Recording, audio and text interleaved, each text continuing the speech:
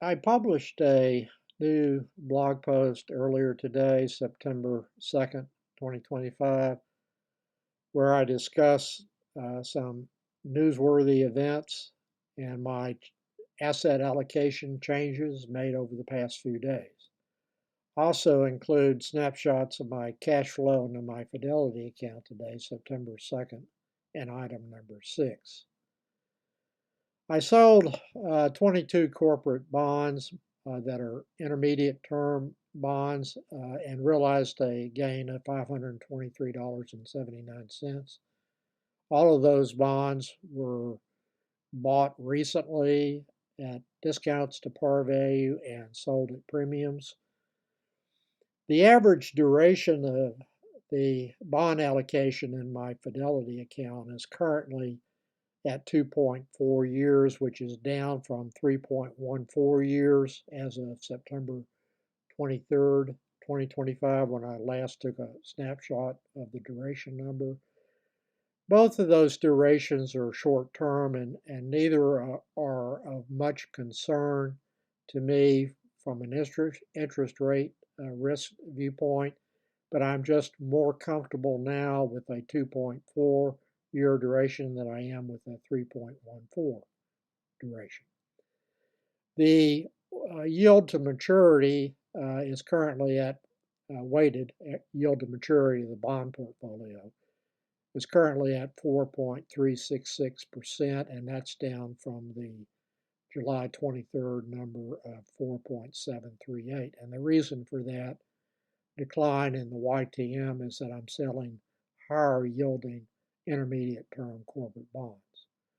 I own bonds in three other taxable accounts, but those brokers, Vanguard, Schwab, and Interactive Brokers, do not provide me with this kind of helpful information that Fidelity does. I participated in both the 3 and 6 month Treasury bill auctions today. The investment rates for those bills reflect a 25 basis point cut in the federal funds rate when the Fed meets on September 17, 2025. The CME FedWatch tool, which you can find by simply Googling that phrase, uses the federal funds futures contracts to calculate the odds of changes in the federal funds rate. And when I last looked an hour or so ago, it had the odds at 91.6% of a 25 basis point cut on September 17. The odds may change some if the CPI report for August, scheduled for release on Thursday, September 11th, before the Fed meets, shows a higher than expected increase in inflation. My inclination is to buy only 10,000 more in a Treasury bill auction until I see that report, and that will be in the 17-week bill auction tomorrow, September 3rd.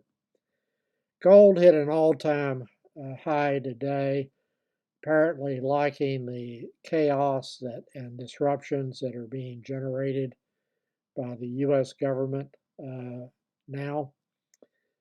The reason for selling intermediate term corporate bonds is my concern that inflation will pick up, and the Fed will not respond by increasing the federal funds rate to contain inflation.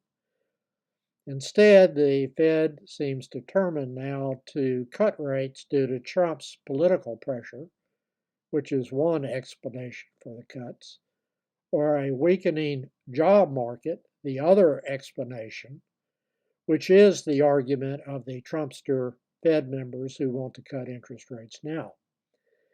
Trump claims that the economy is booming, and the weak July jobs report contained fake news about a weakening jobs market, and that was created by the Bureau of Labor Statistics employees who want to make him look bad. No proof needs to be presented in Trump's America to substantiate any of his claims. Whatever the reason for the cut may end up being, at least publicly given reason, A persistent rise in inflation through the remainder of 2025 and all of 2026, or most of 2026, which is what I'm anticipating now, could easily cause intermediate and longer term interest rates to rise and those bonds to fall in price, particularly if the Fed follows the cut in September with one more 25 basis point cut later this year. Cutting interest rates when inflation is rising is not the correct monetary policy response. Unless the objective of the Fed is to risk problematic inflation becoming embedded in the economy, a far worse outcome for U.S. consumers than an uptick in the unemployment rate. The Fed justified its extremely abnormal monetary policy in 2021, keeping both ZIRP and QE in place as inflation spiked higher, reaching an annual rate of 8.5% for the 12 months ending in March 2022 by saying that the rise in inflation was transitory, a term that needs to be banned from their vocabulary. They are using, or many of them are using, the same word to describe the upcoming increase in inflation due to Trump's policies, particularly but not exclusively the tariff taxes. Bond investors remember that the Fed helped cause problematic inflation in 2021 and 2022 by its stimulative monetary policies, and that recent history is firmly in their minds now if the Fed embarks on another stimulative monetary policy regime when inflation is rising. Trump wants massive cuts in interest rates, and it does not matter to him whatsoever if that occurs with inflation rising. He is in the process of stacking the Fed with his minions, and that may be one of the reasons for gold spiking higher in order to accomplish that result. If he is successful in booting Lisa Cook, and he may very well be successful there, Powell may be next. Why is Trump clamoring for a 300 basis point cut when, according to him, the economy is booming, all capital letters and booming? A booming economy does not need rate cuts. One explanation is that Trump recognizes that the economy is faltering fast and that the awful July jobs report, which included massive revisions in the prior 2 months, reflect that downturn. Consequently, he's becoming more concerned by the day that the Democrats will regain control over the House, possibly the Senate as well in the midterm elections in November 2026, and will then commence investigations of him of what he has done in the first 2 years of his second term. He doesn't want that.